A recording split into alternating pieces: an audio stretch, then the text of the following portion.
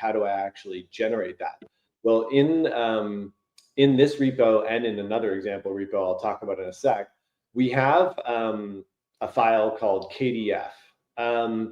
There's a lot of there's a lot of code going on here, but basically I've tried to simplify it as much as possible by boiling everything down to a generate address method here, or function where you can just say, okay, I've got there's a few kind of extra bits. Like I've got the public key of the chain signatures contract. That's just kind of a requirement. It's really easy to get that.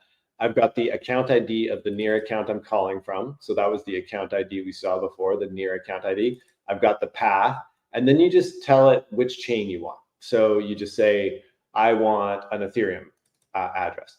And this script will go ahead and it'll just generate an Ethereum address for you. And then at the end, it'll just return that information. It'll return the address and actually the public key as well. So basically, it was a long-winded way of saying, how do I get my Derived account kind of offline, or how do I actually get the Derived account before I call the chain signature sign method with my hash?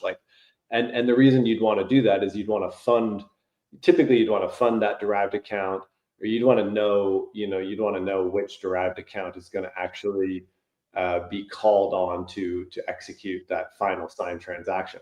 So the KDF script is what you can do. You can call that offline. You can generate as many Derived accounts as you want, and then it really comes down to what your application is, what your protocol is, and what you're planning to do with those Derived accounts.